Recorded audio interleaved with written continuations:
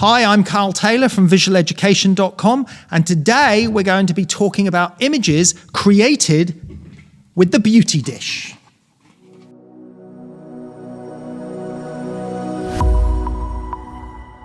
So this is my 70 centimeter silver beauty dish lighting modifier. So the light fits obviously on that side. It reflects into this reflector, and then it bounces around the dish and quite strongly around the periphery part to create a really sculpting and sparkly light. And what I want to do today is to show you many examples of shots that I've used the beauty dish, and also explain why I don't use it quite as much anymore, because I use a different lighting modifier instead. However, the thing is, the beauty dish is such an exceptional modifier in terms of value for money. One of those will cost you less than $200. And the lighting modifier that I'm using now instead is probably more than $2,000. And it does what the beauty dish does, so I don't need to use it as much anymore. But the beauty dish can create some incredible images. We're going to look at some of those, and we're going to look at some of the behind the scenes shots of those images so you can understand where I position it and how I use it. Right, so starting off, let's just take a look at a couple of random shots. This one was created with the beauty dish. This one was a beauty dish shot for the sculpting of the light on the hair and the face. This one is a beauty dish image as well, with a tri-reflector underneath the subject's eyes, and you can probably see that tri-reflector in the catch lights on the eyes as well. This one here was actually a beauty dish, and we're going to come back to look at that one in more detail. This was a beauty dish image as well. So you can see the theme, obviously a lot of beauty shots being used here, and the beauty dish is synonymous with beauty, hairstyle, makeup shots, because it has a really good light sculpting quality. Now, by comparison, this is similar, but this is using a different modifier, similar in the results that the beauty dish gives, but we'll come back to that, talk about that shortly. Right, let's jump to a couple of behind the scenes shots here. So this is a more unusual use of the beauty dish. Here, I'm photographing my model who's jumping off of this table and jumping onto this mattress crash mat behind. My beauty dish is way up here, and then that other light is a background light, a light to illuminate the wall behind her. So that position of the beauty dish, the angle of it at 45 degrees is how I would normally use it, but its distance away is somewhat different.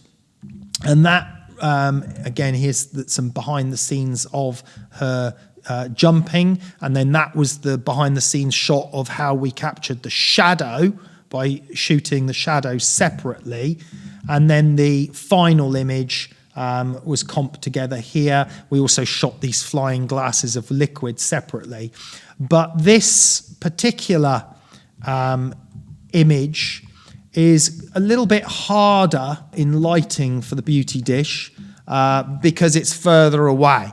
Traditionally, the beauty dish is used just a metre or a metre and a half away from your subject's face, and we're going to see some examples of that in a minute.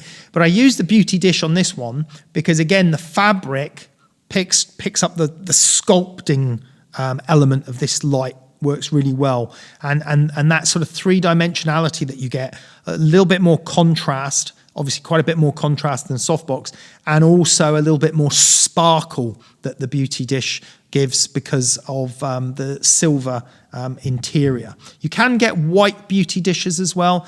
I'm not a big fan of those, but we'll look at a few more behind the scenes now as well where the beauty dish is used. So in this series of shots, this is a more traditional position of the beauty dish. So this shot, our model Sophie is throwing paint at me for the final shot, which I'll show you in a minute, which is why the studio is such a mess and you can see paint everywhere, and why I've got clear plastic covers over my scrims, etc. If we move on to the next behind the scenes shot, there you can see the position of the beauty dish relative to the model. You can see some additional lighting from some scrims and some flash from either side. That was to illuminate the actual paint that she was going to throw. Here's another example. This is an overhead view, and you can also see some backlighting that's being used as well. And this is when my assistants were throwing paint at the model instead on that particular shot. So let's look at the resulting images that we have there.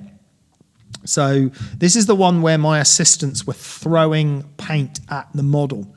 And the lighting on the face and the head is coming from the beauty dish.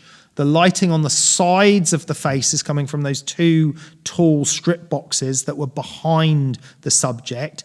And the other more concentrated beams of light were to actually hit the paint. And the light that was coming through the scrim with the speed lights to get that very fast flash duration, this was before I was using Broncolor lighting, was used to freeze the paint. But the key light essentially is the beauty dish light on the model. And let's take a look at another one of those examples from that series. So this is when Sophie was throwing the paint at me. So the key light on Sophie and her raging expression there is the beauty dish, and the light down the top part of the body.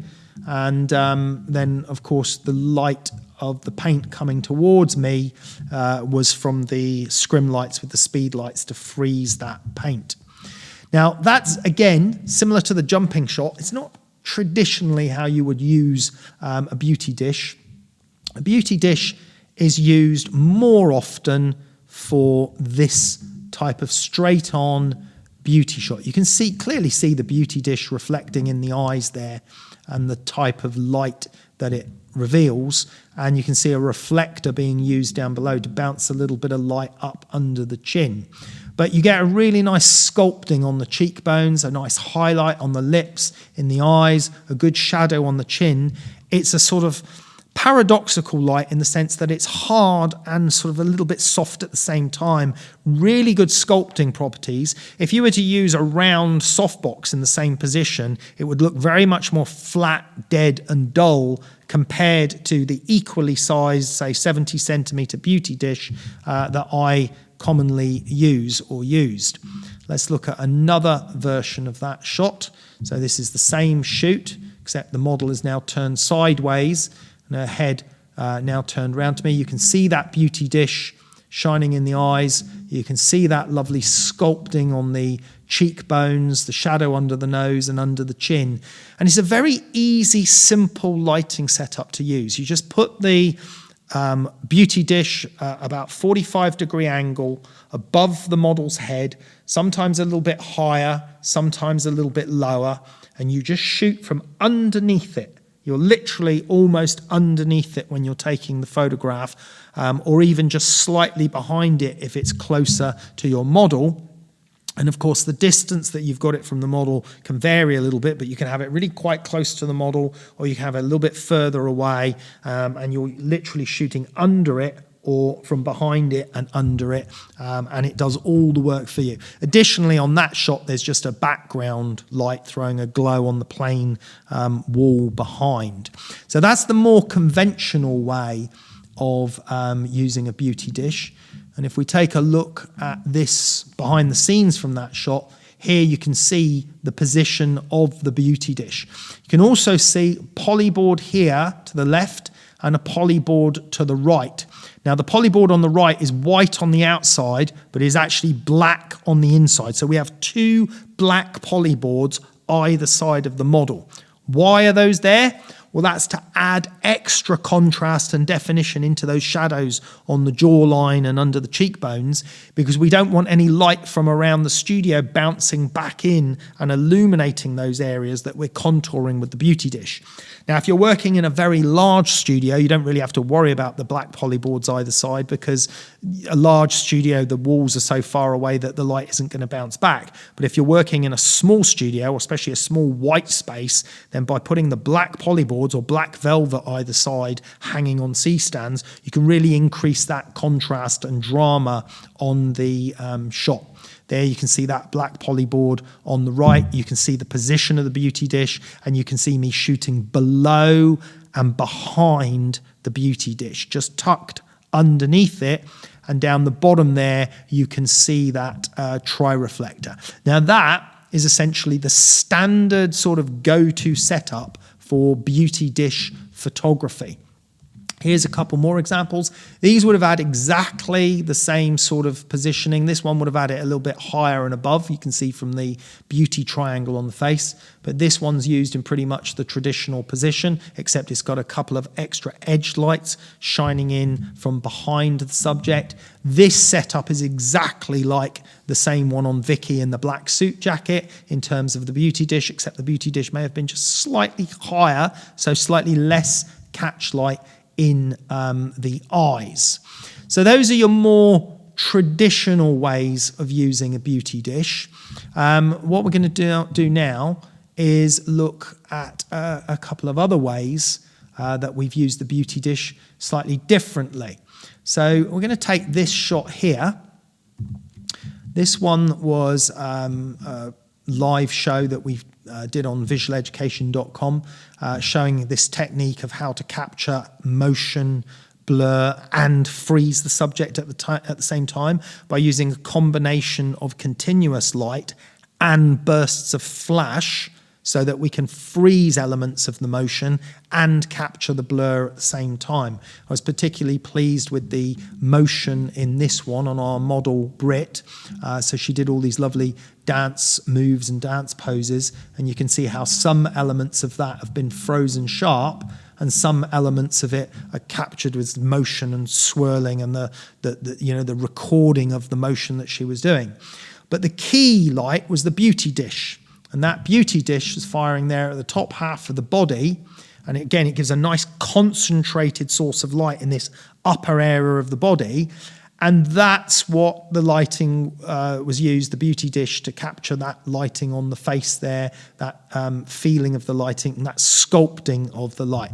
So let's take a look at the behind the scenes on this shot to see what was going on.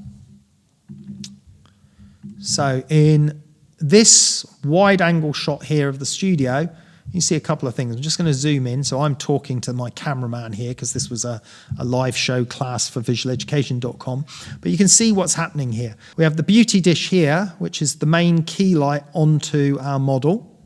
We have a 30 by 120 softbox at the back, shining down onto the back of the model to give some rim lighting around the model. And we have a couple of extra lights down right-hand side, and this one here is the same on the left-hand side, just looks very glary because it's shining straight into the camera.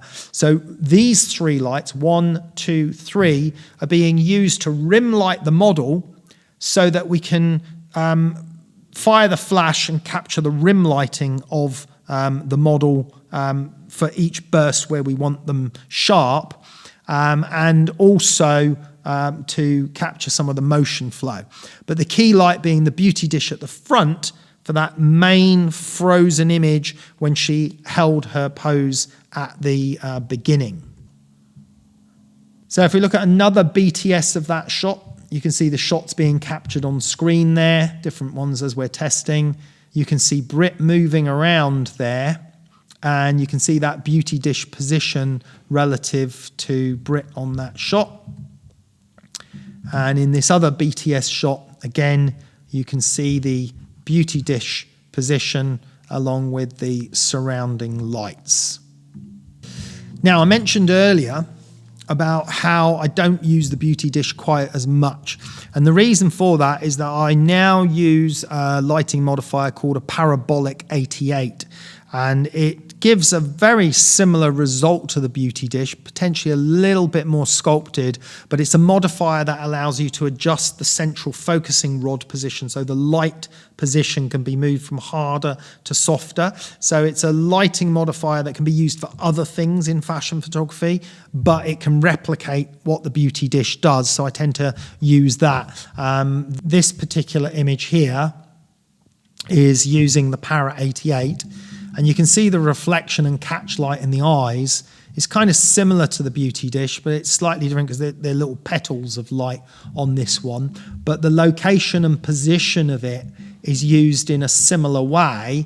And I also have some edge lighting coming down the side of the model's face here on the right and on the left, which is also illuminating the hair. And that's used again by a couple of lights behind the model shining back towards the, towards camera, to give me that edge lighting. And I love using that technique of a combination of the beauty dish or the Para 88 at the front for the sculpting light, and then a little bit of edge lighting as well for extra sort of feel to the light.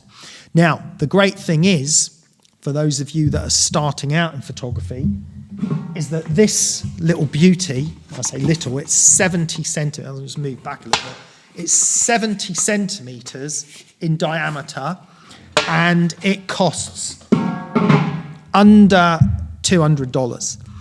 And what you get for that modifier, the amount of use I've had out of a beauty dish over 25, 30 years is incredible. I've used it for so many of my favorite shots, and it's such a low cost, inexpensive modifier to use, and it can give you almost identical results to much more expensive modifiers, although the modifier that I use now instead, the Para 88, has more versatility and can be used for other things as well. So if you've not experienced or tried using a beauty dish and you're very much sort of into softboxes, which seems to be the mainstay for many photographers these days, is going with an octabox or something like that as their main key portrait light, I would encourage you to try the beauty dish because it's a lot more exciting, it's a lot more adventurous and a lot more sculpting, especially on beauty shots. Beauty, fashion, or textiles, materials that we see in fashion, if you want to get that more bite out of the image, you're going to get that from a beauty dish more so than an octabox. One little caveat to throw in there is beauty dishes come in different sizes. I prefer a larger beauty dish, 70 centimetres, some are 50 centimetres, but I prefer the 70 because you can use it from a little bit further away if you need to without it getting too hard. Another little caveat in there is, as I mentioned earlier, some beauty dishes come with a white internal area, reflected area. I don't really find that beneficial. It diffuses the light too much and takes away the characteristics of what I just described as more that sculpting effect that you get with the silver beauty dish. So if it was my choice, 70 centimetre silver beauty dish is the one that I go for. As a matter of fact, the one I've got there is just an independent brand one that I picked up that, from one of the online stores, and it comes with various fittings so that you can fit it to different brands of lights. Anyway, hope this little insight into the beauty dish was useful and why it's such a great lighting modifier to use. I'm Carl Taylor from visualeducation.com. Thanks very much for watching.